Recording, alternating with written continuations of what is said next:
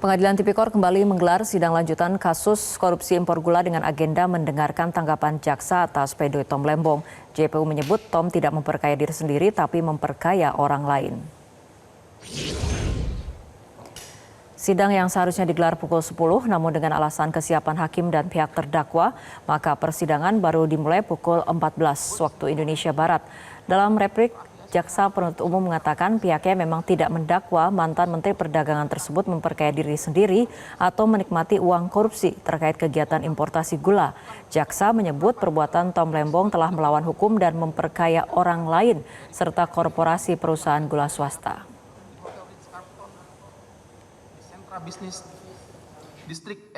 Jawaban penuntut umum bahwa dalam perkara akuo berdasarkan fakta persidangan, terdakwa tidak diperkaya ataupun diuntungkan, namun perbuatan terdakwa dalam memberikan penugasan kepada PT PPI, Inkopkar, Inkopol, dan Puskopol, dan pemberian persetujuan impor kepada 8 pabrik gula rafinasi dan PT Kebun Tubuh Mas yang dilakukan secara melawan hukum telah memperkaya ataupun memberi keuntungan kepada orang lain atau koperasi, yaitu 1. Memperkaya Tony Wijaya Eng melalui PT Angel Products sebesar Rp144.236.287,5 yang diperoleh dari kerjasama impor gula PT Angel Products dengan Inkopkar, Inkopol, dan PT PPI. Usai mendengarkan replik dari JPU, Tom Lembong mengibaratkan jika replik jaksa seperti sudah masuk lubang, bukannya keluar dari lubang, malah menggali lebih dalam. Menurutnya pihak kejaksaan bersikeras memutarbalikkan peraturan yang ada jika tuntutan pada dirinya tidak ada korelasinya sama sekali.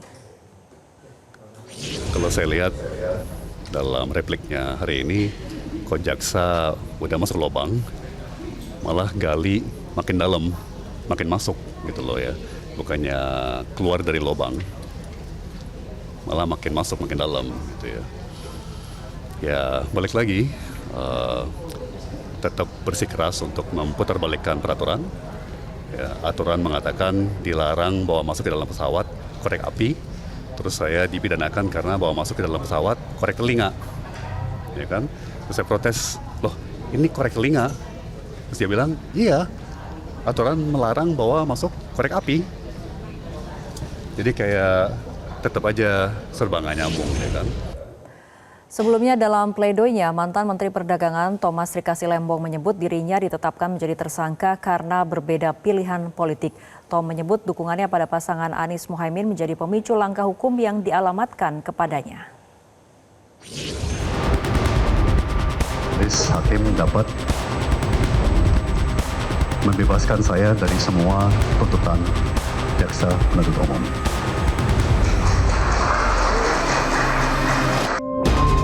Pledoi dibacakan mantan Menteri Perdagangan Thomas Rikasi Lembong.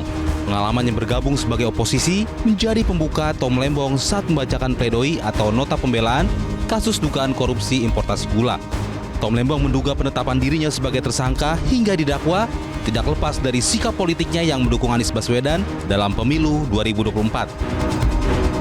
Bahwa sepanjang tahun 2023, saya semaksimal mungkin membantu segala upaya agar Bapak Anies Baswedan dapat dicalonkan sebagai calon presiden Republik Indonesia.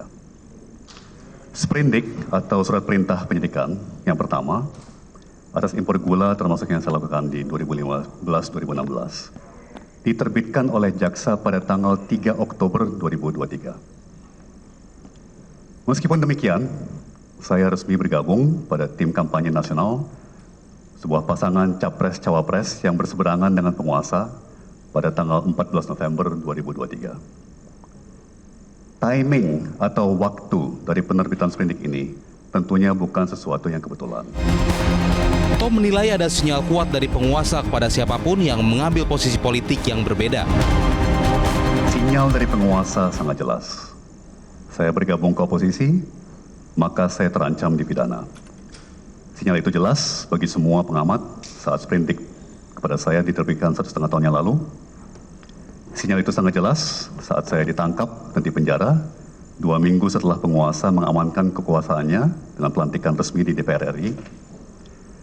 Dan sinyal itu semakin jelas bagi semua pada hari ini.